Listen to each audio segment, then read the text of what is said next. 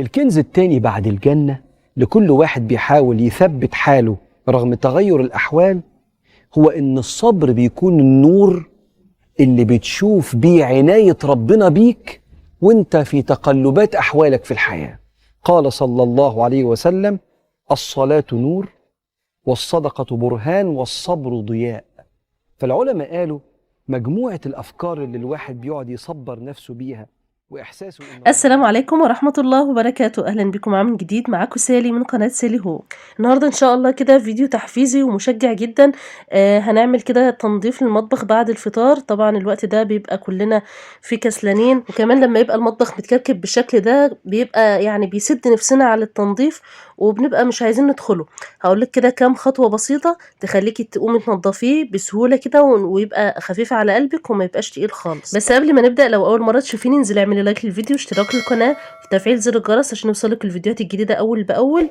وصلى على النبي، اللهم صل وسلم وزد وبارك على نبينا محمد وعلى آله وصحبه أجمعين. أول بقى خطوة هنبدأ بيها إن احنا هنشيل أي حاجة متكركبة على الرخام.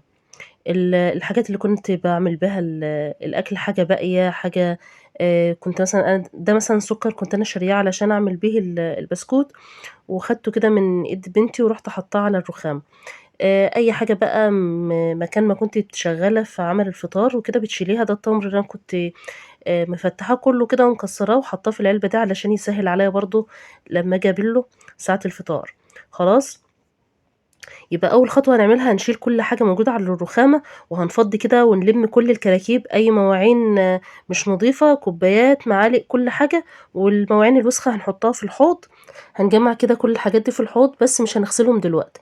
إحنا دلوقتي هنلم كده نروّق الرخامة من أي حاجة موجودة عليها.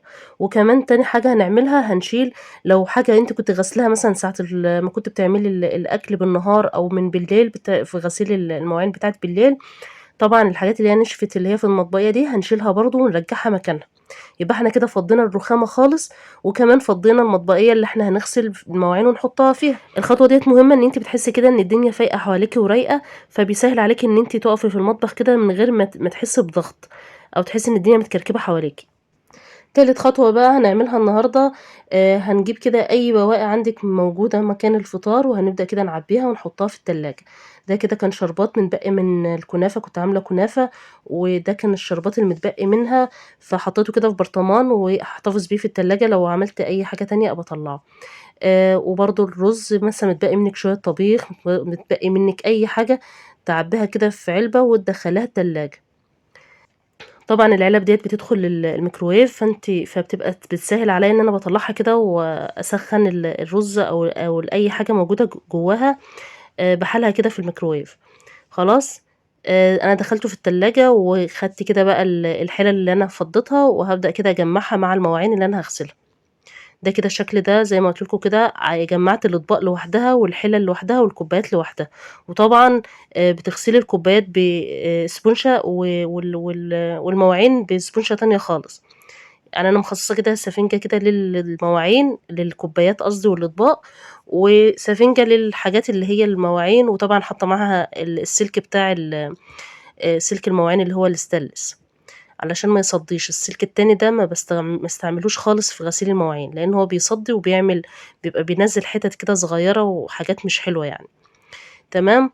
هابدأ كده بغسيل الكوبايات في الأول، وبعدين الأطباق، وبعدين كده آخر حاجة هاغسلها اللي هي الحلال. آآ التقسيمة ديّة بتسهّل عليكِ برضه الغسيل، وبتحسّي كده إن أنتِ يعني بتغسلي بنظام، وأي حاجة فيها نظام بتتعمل بسهولة كده ومن غير تعب أو زهق الصراحة. النظام دايمًا كده في أي حاجة بيبقى حلو وبيفيد وبيبقى بتحسّي كده إن أنتِ بتبقي فاهمة وعارفة أنتِ هتعملي إيه. طبعًا إحنا بنتكلّم على غسيل المواعين، ما حدّش بقى إيه، يتفّه من الكلام.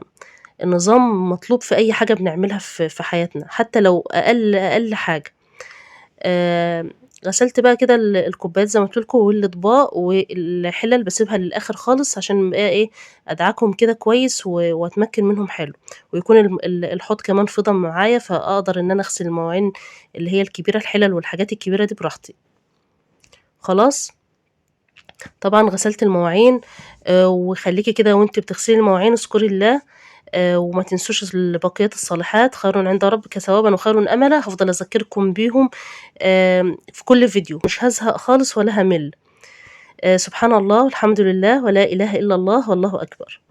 زي ما أنتم عارفين يا جماعة كده ذكر ربنا مش محتاج أي مجهود، دي يا دوب كده بتحرّكي لسانِك وأنتِ بتشتغلي بتذكري ربنا بتاخدي حسنات كتير، وكمان الأجر في رمضان بكده بيتضاعف، الحسنات في رمضان بتزيد، فاشغلي نفسِك دايمًا كده بذكر ربنا وأنتِ شغالة في البيت، بتنشّري، بتطبخي، بتعملي أي حاجة، سبحان الله كده بتلاقي تيسير وبركة في الوقت. هنا بقى كنت خلّصت خلاص غسيل المواعين وغسلت الحوض كده ولمّعته، الحمد لله كده خلّصت كَم من المواعين كتير جدًا، كانت أطباق وحِلَل وصواني وزي ما أنتم شايفين كده المواعين كتير إزاي. نيجي بقى هنا كنت بالمّع الرخامة، آآ البخاخ ده أنا كنت عاملاه بمَيّة وشوية من الخل وشوية كده من الصابون السائل اللي هو بتاع المواعين. باشيل كده الحاجات اللي على الرخامة وألمّع مكانها، ولو رخامتِك بقى محتاجة إن هي تتغسل كويس بالصابون والإسبونشة وكده، فاغسليها أحسن. البخاخ ده حلو جدًا إن أنتِ بتلمّعي بيه أي حاجة و ومُنجز كده معاكِ، وكمان لمّا تيجي تعملي البوتاجاز، الرخامة، أي حاجة موجودة عندِك في المطبخ، بيلمّعها كويس ومش بتحتاجي يعني لو أنتِ إيدِك فيها على طول كل يوم بعد ما بتخلّصي عمايل الأكل وكده وبتشطّبي المطبخ عملتِ بالبخاخ ده كده مش مطبخِك مش هيتوسّخ ولا هيحتاج إن أنتِ تنضفيه بقى تنضيف عميق والكلام ده كلّه. ده الناحية اللي هي بتبقى جنب البوتاجاز، دايمًا بتبقى متوسّخة أكتر كمان من المكان التاني، علشان يعني أي حاجة في إيدي باحطّها جنب البوتاجاز، ممكن مثلًا حاجة تطرطش على الرخامة مكان عشان يعني وأنا باطبخ كده جنب البوتاجاز يعني. خلاص، برضه الغلاية بتاع اللي باغلي فيه المَيّة برضه كده رشّيت عليه كام رشّة كده ولمّعته برضه، آمم حاجة يعني حاجة سهلة جدًا وبتخلّي لِك الدنيا كلّها حواليكِ نضيفة وبأقل مجهود. خلاص، البوتاجاز برضه عملته كده بالبخّاخ هو ما كانش محتاج إن أنا أدعكه يعني بالسلك والصابون، لإن هو والله أنتم شايفين المنظر ده كده هو مطبخي البوتاجاز نضيف بالشكل ده من يوم التنضيفات بتاعة رمضان، اللي أنا كنت عاملاها من قبل رمضان، يا دوب كده اتوسخ حاجات بسيطة، وبالمّع برضه كده ال الجزء ده اللي أنا مغطياه بالفويل برضه بارُش كده وبالمّع كده تلميعة خفيفة، لإن طبعًا في حاجات بتطرطش عليه، فبرضه عشان يبقى الشكل كلّه كويس بالمّع كده إيه حوالين العيون حتى المكان اللي أنا مغطياه بالفويل بالمّعه، على خفيف كده برضه عشان شايفين بدأ يتقطّع منّي وكده، مع إني كنت عاملة طبقتين فوق بعض. بس هي الفكرة دي حلوة جدًا إن هو بيخلّيه ما يتوسخش بسرعة، وكمان العين اللي في النُص ديّة أنتم عارفين إن هي مش بنستخدمها كتير، فكانت بتلِم دهون على الفاضي وباتعب في غسيلها. زي ما أنتم شايفين كده البوتاجاز بقى نضيف وبيلمع والمطبخ كلّه بقى نضيف، وكده كانت الخطوات اللي هي اللي بتسهّل عليكِ تنضيف المطبخ لو أنتِ كسلانة تقومي تنضّفيه، بحاجات بسيطة جدًا نضّفناه ولمّعناه وما أخدش مننا مجهود. ده كده شكله كلّه على بعضه بعد ما نضّفته. لو لسه بقى بتشوفيني لحد اللحظة ديّة انزلي اعملي لايك للفيديو واشتركي في القناة وفعّلي زر الجرس، وشيّري الفيديو كده لاصحابِك وحبايبِك علشان يستفادوا هُم كمان بالفيديو، وتابعيني بقى نكمّل الفيديو مع بعض. هنا بقى كنت باعمل السحور، عملت كده سحور بسيط كده يعني على قد الحاجات اللي كانت موجودة في البيت، كان عندي بطاطس كنت هارساها، بطاطس مسلوقة كده باسلقها وأهرسها، وكنت أقلي عليها بيض، يعني باقلي البيض الأول وبعدين بانزل عليها بالبطاطس المهروسة، وباحط بقى الكمون والشطة وكده وشوية حاجات كده إيه اللي هي التوابل بقى، بس ما باحطش توابل كتير، هو بس الكمون، وفي خلطة كده بابقى عاملاها اللي هي بتبقى توم على كمون على ملح على شطة، بتبقى حلوة كده في البطاطس وفي أي حاجة مع الفول مع الحاجات اللي زي كده بتبقى جميلة جدًا. وقطّعت خيار وطماطم وعملت كده جبنة على طماطم وحطيت عليها زيت زيتون، وبس ده كان السحور بتاعنا، وكان في بابا غنوج طبق كده كان باقي برضه من الفطار، وبس كده والمخلل والعيش وألف هنا. حبيتش بقى أصوّر كده الخطوات وأنا باعمل السحور علشان ما اطوّلش الفيديو زيادة عن اللزوم كده ويبقى مُمِل. خلصنا سحور الحمد لله رب العالمين، ربنا يديمها نعمة يا رب. وعملت الشاي بقى، الشاي لازم نشربه شاي بقى علشان خاطر ايه، طبعا طول النهار مبيبقاش فيه لا شاي ولا فيه حاجة، فتحس ان الدماغ مبتبقاش مظبوطة. فعملت الشاي كده، وبنتي الصغيرة بقى واقفة جنبي تقول يا ماما اعملي لي شاي. انا مش عايزة اعمل لها علشان يعني ما تشربش شاي بالليل يسهرها، بس هي بقى ملازماني اي حاجة اعملها لازم عايزاني اعمل لها زيها. بعد ما خلصت كده عمايل الشاي وبصبه لقيتها جايه بقى واقفه جنبي تقول يا ماما اعملي لي.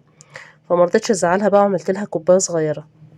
طبعا عملت لها الشاي كده، يعني مش تقيل، حطيت لها شويه شاي صغيرين كده بس يا دوب كده يغير لون الميه علشان ما يبقاش تقيل عليها يعني. عايزه اقول لكم بقى الطقم اللي انا حاطه فيه الشاي والسكر ده انا اللي كنت عاملاه بمناسبه رمضان. والصينيه برضو اللي ورا بوت الزرع ده انا اللي كنت عاملاها من حوالي سنتين كده، كانت هي صينيه عاديه خالص ميلامين وكانت مكسوره، وكنا داخلين على رمضان برضو، فغلفتها كده بالمشمع بتاع الخياميه ده بمسدس الشمع، ومن يومها وهي ما شاء الله حلوة جدًا معايا يعني مكمّلة. هنا بقى بعد ما خلّصنا سحور كده الحمد لله وشربنا الشاي وغسلت الأطباق اللي كانت مكان السحور، قُلت بقى أمّا أبخّر المطبخ. ده البخور ده جاي من السعودية اسمه بخور صبايا، ريحته ما شاء الله حلوة جدًا، جدًا، جدًا.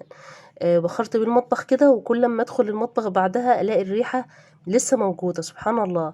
بيمسك كده في الحاجات بتاعة أي حاجة موجودة الريحة بتمسك فيها. ما شاء الله حلو جدًا، وممكن كمان تبخّري بيه بقى الستاير، تبخّري بيه البيت بقى كده، الريحة تمسك في الستاير، تمسك في الفرش بتاع البيت، في الرُكنة. فما شاء الله حلو جدًا.